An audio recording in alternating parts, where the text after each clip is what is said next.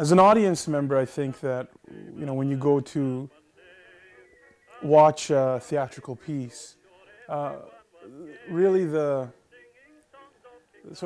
best thing that can happen for you is if you get lost in the story, right? That you forget that you're an audience member, you forget that you're sitting down somewhere.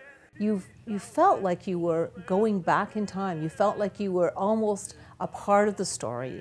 I think many of us had to really shake ourselves out of the play once it was over. You almost felt like you could walk into Victoria Park and you would be back in that time, in that era. The drama that comes out of the story that Kathleen has written is something completely different than I have experienced in my life and probably will ever experience in my life.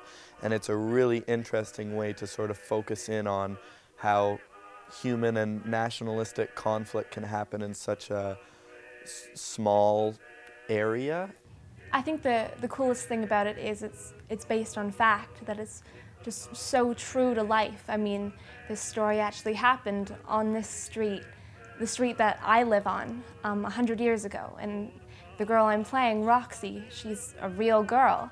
The main thing, the first most important thing for me is that it was one of our stories told by one of us, basically, and performed by one of us in the location very near where these events actually happened.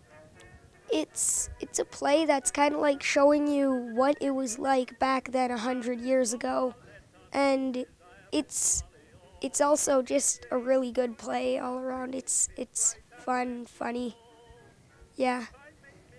If you're from Kitchener, the only thing that I would say is if you're from Kitchener, and you see this play, you'll have a different understanding of Kitchener. If you're in Kitchener, I should say, not even from.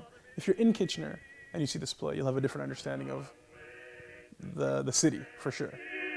It's a long way.